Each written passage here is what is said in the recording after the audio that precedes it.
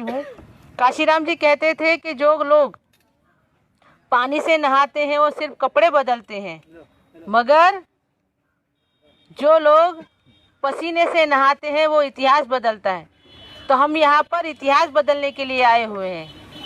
हमें इस देश के अंदर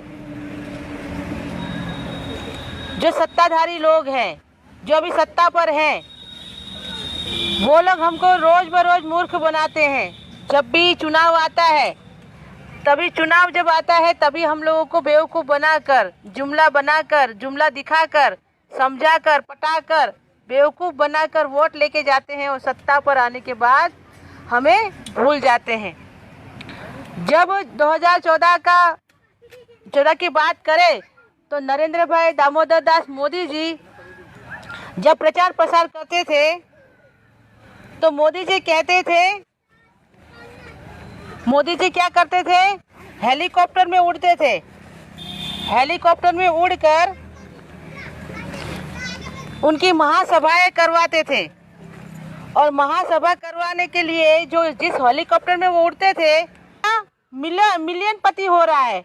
एशिया का नंबर 1 करोड़पति अंबानी बन गया है।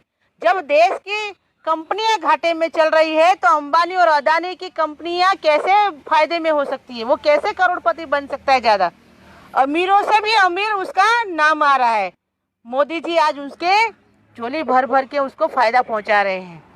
जब मोदी जी प्रचार प्रसार कर रहे थे तब हमारे बीच में आते थे, हमारे लोगों के बीच में बड़ी बड़ी महारैलियां। आपके गांव में तो नहीं आए होंगे मोदी जी, लेकिन जब बड़ी बड़ी रैलियां जहां की थी वहां पर जाके मोदी जी कहते थे प्रत्येक व्यक्ति के अकाउंट के अंदर 15-15 लाख दूंगा मित्रों। कहा था ना? यहाँ पर बैठे हुए कितने लोगों के प्रति व्यक्ति को कितने 15 लाख रुपए आए हैं? हाथ उठाइए। किसी को नहीं आया? अरे कुछ तो आया होगा, मोदी जी है, कुछ तो दिया होगा ना, इतना फेंकते हैं। अरे 500 रुपये आया होगा, कुछ आया क्या? कुछ भी नहीं आया। जो था वो भी चला गया। मोदी जी कहते थे कि 2.5 करोड़ बेरोजगारों को प्रति वर्ष नौकरी दूंगा। आपके नारायणपुरा में कितने को नौकरी लगी सरकारी? कौन को नहीं। मोदी जी कहते थे नौकरी दूंगा। और हमारी बहनों को क्या कहते थे? गांव की महिलाएं, बेरोजगार महिलाएं, गरीब महिला को क्या कहते थे कि ये हमारी जो बहनें हैं वो चूल्हे से खाना पकाती है, लकड़ी से खाना पकाती है, कोयले से खाना पकाती है। तो जो धुआं उठता है तो मोदी जी को कितना प्यार है हमारी बहनों के प्रति, कितना वो संवेदनशील है। वो कहता है कि ये जो बहनें जो खाना पकाती है उसकी जो आंखें जलती है तो मोदी जी की आंखें जलती है, और बहन की आंखों से पानी निकलने की जगह मोदी की आंखों से आंसू निकलते। उनको उनकी पत्नी के आंसू नहीं दिखाई देते। जसोदा बहन के आंसू नहीं दिखाई दिए इतने सालों में कि जसोदा बहन बेचारी क्या कर रही है, जी रही है, मर गई। उनको अपनी पत्नी के बारे में कभी सोचने का मौका, अवसर नहीं मिला। लेकिन हमारी बहनें जो है उनकी आंखों से आंसू ने, उनकी, क्योंकि नरेंद्र मोदी की और गांव की महिलाओं की आंखों की पाइपलाइन डायरेक्ट मोदी की आंखों से लगी हुई है। तो यहाँ बहन रोती है और मोदी के आंसू निकलते हैं। तो हमारी महिलाओं को मोदी जी ने 1 करोड़ महिलाओं को उज्ज्वला की स्कीम लेकर आए। मतलब गैस दिया, सिलेंडर दिया ना, सिलेंडर दिया, चूल्हा दिया, लेकिन सिलेंडर दिया, लेकिन उसके अंदर गैस कौन देगा? और तालिबान कर रहे थे अभी 15 दिन से। और तालिबान की आड़ में मोदी जी ने 45 रुपया सिलेंडर के पीछे भाव बढ़ा दिया। 45 रुपया भाव बढ़ा दिया। अभी 1000 रुपए का सिलेंडर मिल रहा है ना, 1000 रुपए का। हमको बोल रहे थे सब्सिडी है, सब्सिडी। हमारी सब्सिडी भी मोदी जी खा गए। हम गरीबों की पाइपलाइन जो लग रही थी आंखों के, अभी मोदी जी जो है हमारे वाल्मीकि समाज के साथ में कितना बड़ा धोखा किया। क्या कहते हैं मोदी जी, क्या किया? इलाहाबाद का कुंभ का मेला था, उस कुंभ के मेले में मोदी जी गए और मोदी जी ने क्या किया, वहाँ पे 4-5 ब्राह्मणों को बुलाया और बुलाकर मीडिया वालों को क्या कहा, ये ब्राह्मण नहीं है, ये वाल्मीकि समाज के हैं, ये सफाई कर्मचारी है। ऐसा करके वीडियो बनाया और वीडियो बनाकर वो सफाई कर्मचारी को, जो ब्राह्मण है, जो भेड़िया है, भेड़िया खाल बैठ के बैठा है कि बकरी हूँ मैं, उस बकरी के रूप में भेड़िया बैठा हुआ है, भेड़िया को बोल रहा है कि ये बकरी है। हमारे समाज के लोग हैं और बोल रहे हैं कि ब्राह्मण है, वाल्मीकि समाज के लोग हैं, और उसके पैर धोते हैं। मोदी जी हमारे समाज के लोगों के पैर धोते हैं और पैर धोकर उसको 2-2 1-1 समोसे खिलाते हैं, समोसे खिलाते हैं। और समोसे खिलाने के बाद हमारे सफाई कर्मचारी के जितने लोग होते हैं पूरे भारत के अंदर, अरे मोदी जी ने हमारे समाज के लोगों के पैर धोए। क्या बोलते हैं हमारे समाज के भोले भाले भोले लोग कि मोदी जी ने हमारे समाज के, वाल्मीकि समाज के लोगों के पैर धोए, पैर धोए उन्होंने। इसलिए वाल्मीकि समाज के लोगों ने भर भर के वोट दिए, झोले भर भर के वोट दिए।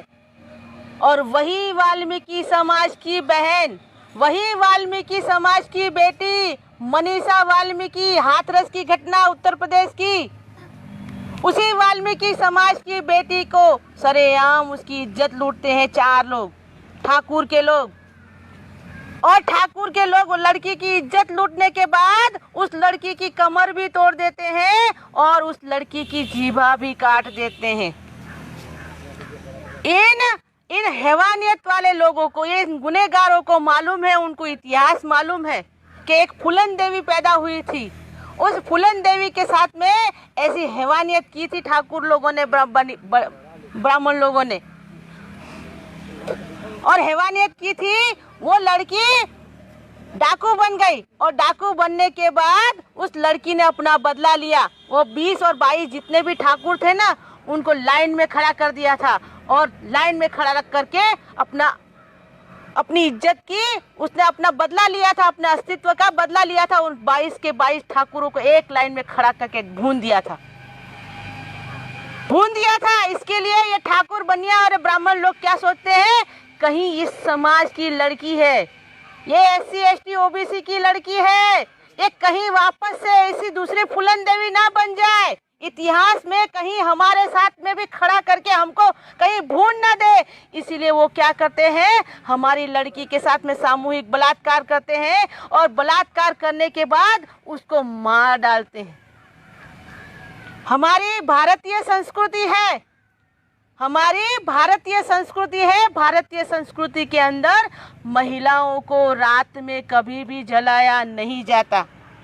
इतिहास देख लीजिए, आज तक का इतिहास में देख लीजिए, हमारी महिलाओं को जलाया नहीं जाता।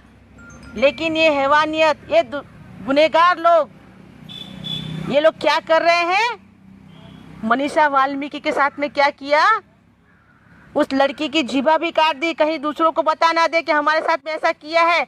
और तो और उस बच्ची को जंगल में जाके जला दिया और उसकी खाक भी, उसकी राख भी उसके माँ बाप को नसीब ना हो, ऐसा प्रयत्न किया।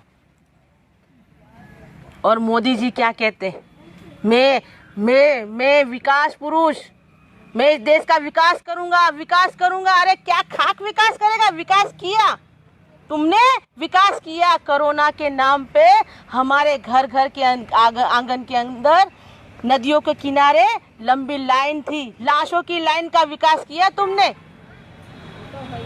मोदी जी ने लाशों का विकास किया। 15 अगस्त आता है तो लाल किले से मोदी जी क्या बोलते हैं, मोदी जी, दामोदर दास मोदी जी क्या बोलते हैं मालूम है, लाल किले से सुना होगा आप लोगों ने, बचपन में मैंने भी सुना है कि सुभाष चंद्र बोस कहते थे कि तुम मुझे खून दो, मैं तुम्हें आज़ादी दूंगा। लेकिन मोदी जी क्या कहते हैं कि तुम मुझे वोट दो, खून तो मैं अपने आप पी लूंगा। मोदी जी क्या बोलते हैं, तुम मुझे वोट दो, खून तो मैं अपने आप पी लूंगा। और मोदी जी हमारा खून पी रहे हैं और हम लोग चुपचाप बैठे हैं, कुछ भी आवाज नहीं उठा रहे हैं। जुल्म इतना बुरा नहीं जितनी बुरी तुम्हारी खामोशी है। इसीलिए बोलना सीखो। अगर बोल नहीं सके, उड़ नहीं सकते, उड़ते नहीं हो तुम लोग, अगर उड़ ना पाओ तो चलो दौड़ना सीखो। अगर उड़ नहीं पाते तो दौड़ना सीखो। अगर दौड़ भी नहीं सकते तो चलना सीखो। धीरे धीरे जैसे बच्चे चलते हैं वैसे चलना सीखो। अगर चल भी नहीं सकते तो अपने आप को रहने दो, अपने आप को घिसड़ो। और घिसड़ के भी अगर तुम सोचो तुम्हारे पैर नहीं है, फिर भी घिसड़ कर आंदोलन करो, अपने हक और अधिकार की लड़ाई लड़ो। नहीं तो ये दरिंदे लोग आपको जीने नहीं देने वाले। हमारी बच्चियां महफूज नहीं है, हमारी बच्चियां महफूज नहीं है। अरे वाल्मीकि समाज की महिलाओं के साथ में ऐसा होता है, ऐसा नहीं है। गरीब महिला के साथ में होता है, ऐसा नहीं है। अरे नौकरी करने वाली दिल्ली के अंदर पुलिस डिफेंस के अंदर नौकरी करने वाली लड़की थी। बाप को ऐसा लगा घर पे गाजियाबाद में रहेगी, उसको लेके गए दिल्ली में और वहां जाके उसके साथ में गैंग रेप किया। पुलिस की नौकरी करने वाली लड़की के साथ में सोचो तो, जिससे लोग डरते हैं, पुलिस वाली लड़की, पुलिस से लोग डरते हैं, लेकिन उस लड़की के साथ में बलात्कार किया। जो पुलिसकर्मी है उसके साथ बलात्कार किया। ओबीसी की आज से 10-15 साल पहले का एक केस है।